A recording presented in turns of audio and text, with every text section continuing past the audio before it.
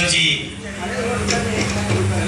जो साथी जिम्मेदार पदाधिकारी आम आदमी पार्टी के, उनके आयोजन के समारोह के सम्मानीय अध्यक्ष जी,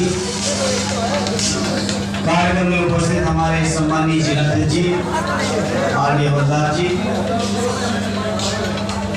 आपके गोपालपुर विधानसभा क्षेत्र से हमारे लोकप्रिय विधायक और अलीगढ़ मुस्लिम यूनिवर्सिटी के हमारे अध्यक्ष रहे हमारे साथी नफीस अहमद साहब,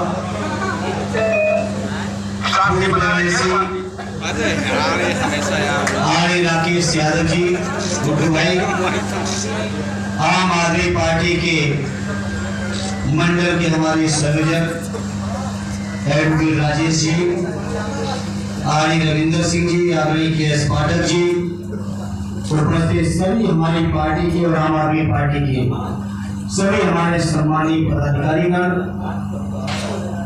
और सभी क्षेत्र के सम्मानित साथी, मैं इंजीनियर सुनील जी का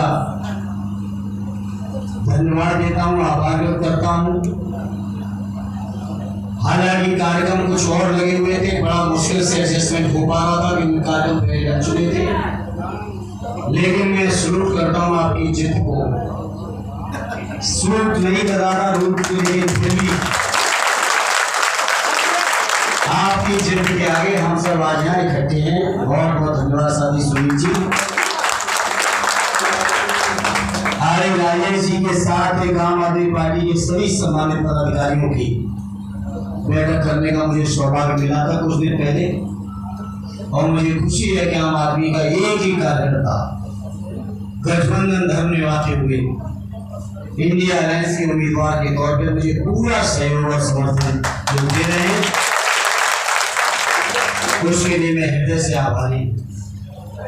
आम आदमी पार्टी के साथियों से कहूंगा कि आज जो संघर्ष है आपकी पार्टी के नेता के सामने या हमारे झारखंड के हमारे सहयोगी पार्टी के नेता के सामने, ये संघर्ष और संकट अकेले आपका नहीं है, ये पूरे हमारे इंडिया गठबंधन के सामने चुनौती है।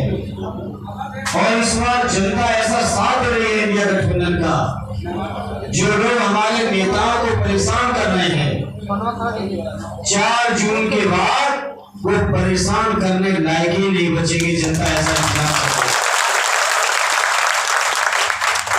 2 चरणों के चुनाव में जो रुझान आ रहे हैं, क्रिकेट के मैच में हम आप देखते हैं जब कोई गेंदबाज पिटने लगता है तो वाइट बॉल, फिर नो बॉल, फिर जाने किधर किधर की गेंदें फेंकने लगती हैं। ये हालत हो गई आज भारतीय जनता पार्टी की। अब वो 400 पार का नारा भूल चुके हैं, अब कहां तक चुनाव में भाषणों में जाएंगे पता नहीं, लेकिन मैं अपनी पार्टी और अपने गठबंधन के साथियों के साथ कहूंगा, ये बीजेपी के लोग कितना भी इधर उधर भागने की कोशिश करें, लेकिन हमें अपने मुद्दों को छोड़ना नहीं है। हमें अपने संविधान को बचाने का जो संकल्प है उससे हटना नहीं है, हमारी आपकी नैतिक जिम्मेदारी है। बीजेपी के लोग चाहेंगे कि चर्चाएं इधर उधर की हो और चुनाव पार हो जाए, लेकिन मेरे आम आदमी पार्टी के कार्यकर्ता साथियों, समाजवादी पार्टी और इंडिया गठबंधन के सभी साथियों, क्योंकि हमारे आपके सामने आज इस बात की हिसाब किताब लेने का समय है कि 2 करोड़ हर साल के हिसाब से 20 करोड़ नौजवानों के रोजगार कहां है। बीजेपी के लोग जवाब दें, बीजेपी के लोग इस बात का जवाब दें, जो 450 का सिलेंडर होता था बापू की समाधि राजघाट पे, बीजेपी के लोग धरना देना शुरू करते थे। आज जब 1200 का सिलेंडर हो गया है तो बताओ बीजेपी के वो नेता कहां है जो धरना देते थे।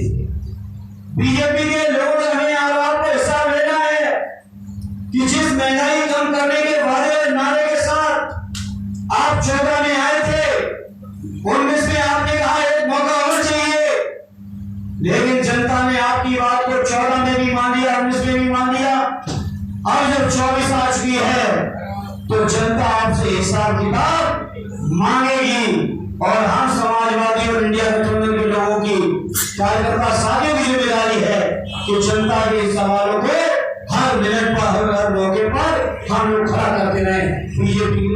सवाल का जवाब देने की स्थिति नहीं। न महंगाई में दे सकते, न बेरोजगारी में दे सकते हैं, न अर्थव्यवस्था में दे सकते हैं, न सुविधा के नाम पे दे सकते हैं। आज बिना देश नहीं बिकने दूंगा का नारा देने वालों ने बीजेपी ने पूरा देश बेच दिया।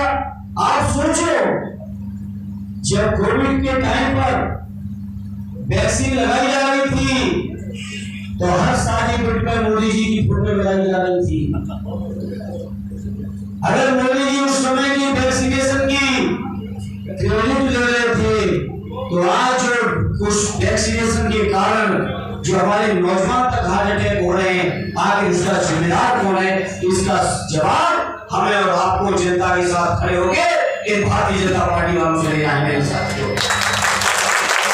और आम आदमी पार्टी के साथियों की जो ट्रेनिंग है, मुझे पता है सवाल जवाब करने में बहुत जिम्मेदार भी है, माहिर भी है, ट्रेंड भी है। साथी, इधर मैं आपसे साथियों कहूंगा, जहां आप हमारा सहयोग कर रहे हो, समर्थन कर रहे हो, गठबंधन धर्म का पालन कर रहे हो, उसके लिए उम्मीदवार के तौर पर आभारी है ही है, लेकिन साथ ही साथ मेरे साथियों, इन सवालों से बीजेपी को गलत जाने नहीं देना है। और इन सवालों पर बीजेपी को आगे खड़ा कर देंगे तो बीजेपी में बड़े से बड़े नेता की और छोटे से छोटे प्रवक्ता की क्षमता और हैसियत नहीं है कि जनता के सवालों का जवाब ये भारतीय जनता पार्टी को देगी।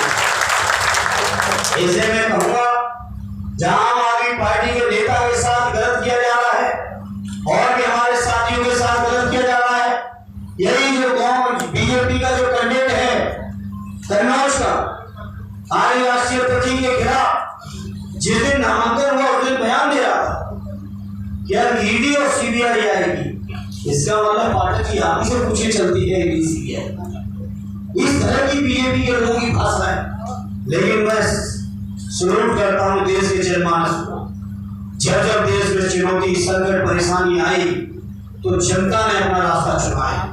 और इस चुनाव में मैं बड़ी जिम्मेदारी से कह सकता हूं, इस चुनाव में बड़े बड़े राजनीतिक पंडित, बड़े बड़े विद्वान वो नहीं कह पाए जो जनता ने 2 चरणों में करके दिखा दिया।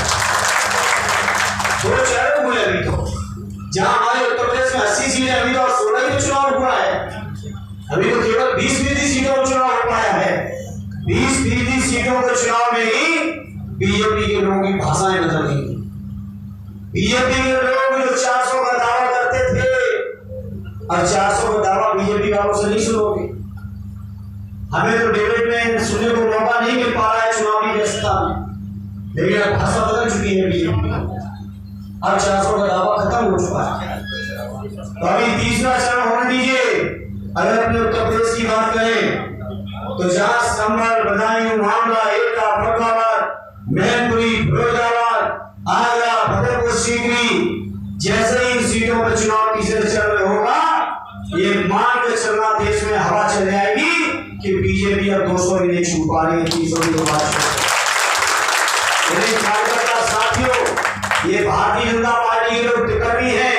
ये बेईमानी करके चुनाव जीतने में थोड़ी सी ट्रेनिंग हो गई है, इसलिए हम लोगों को अपना जब तक एक वोट न डलवा लो, जब तक ईवीएम मशीन को स्ट्रॉन्ग रूम तक न पहुंचा लो और स्ट्रॉन्ग रूम के साथ साथ जब तक काउंटिंग न करा लो, तब तक हम लोगों को पूरा अपनी पैनी नजर रखनी है। आज बदायूं में राष्ट्रीय अध्यक्ष की मीटिंग थी। आज बदायूं में वहां पर तोता छाया रहा उस मीटिंग में, तोता छाया रहा उस मीटिंग के भाषणों में। हमारे बदायूं के पिछले चुनाव में, 19 वाले चुनाव में जो गुन्नौर असेंबली पड़ती है, हमारी स्ट्रॉन्ग असेंबली है, उसके स्ट्रॉन्ग रूम में तोता घुस गया था पिछली बार। सच है। तो वो तोता नहीं घुसा था, वो बेईमानी का बहाना था। ताला टूटा मिला था मुझे, स्ट्रॉन्ग रूम के बाहर का ताला था। तो बेईमानी हुई थी, परिणाम उसका निगेटिव आया जरूर, लेकिन आज हमारे नेताओं ने संकल्प किया है बदायूं में कि किसी भी स्ट्रॉन्ग रूम में अब तोता घुसने नहीं पाएगा, और तोता घुसेगा तो फिर उसको निकलने नहीं देना है। ये हमें और आपको साथी सुनील जी का जो बाहर से चल के चुनाव के अभियान को गति देने आए हैं। आर्य राजेश भाई से तो हमारे लगातार साथ और संपर्क हो रहा है। माननीय अध्यक्ष और राजेश भाई के कोऑर्डिनेशन मैं समझता हूँ हो ही चुके होंगे। और साथियों, एक तरफ से एक समय आज 2 तारीख हो गई है, 25 तारीख को वोट पड़ के आज के बाद केवल गिनती के 23 दिन वोट पड़ने और प्रचार के 21 दिन बचे। और साथियों, जिसका भी जो काम घर का, परिवार का, व्यापार का, सब लोगों से मैं अनुरोध करूंगा कि अब 21 दिन 23 दिन देश बचाने के लिए, संविधान बचाने के लिए, लोकतंत्र बचाने के लिए, नौकरी बचाने के लिए, महंगाई खत्म करने के लिए, अपने पुरानी पेंशन कर्मचारियों को दिलाने के लिए, अग्निवीर योजना खत्म करने के लिए, जो तमाम मुद्दे इंडिया गठबंधन के हैं, उन मुद्दों के लिए अब 20-22 दिन आप लोग समर्पित कर दो। यही हमारी आप सभी से प्रार्थना है, यही अपील है। इसी निवेदन के साथ चूंकि कार्यक्रम में आप लोग परेशानी उठानी पड़ी, आपकी तैयारी सुबह की हो गई थी, हमारा दूसरी तरफ से बना हुआ था, और आज मैं समझता हूँ माननीय अध्यक्ष जी एक पूरी परिक्रमा कर दी है उधर से घुसे और लगातार पूरा आपका सरयू के किनारे मोटरसाइकिल से 2 घंटे तो हमने मोटरसाइकिल पर रहे। हमारे नफीस भाई बहुत बढ़िया ट्रेनिंग है, बुलेट मोटरसाइकिल चलाने की हमारे भाई हमारे चला रहे थे और 2 घंटे तक सभी कार्यकर्ता साथी आज मोटरसाइकिल पे थे। फिर महाराज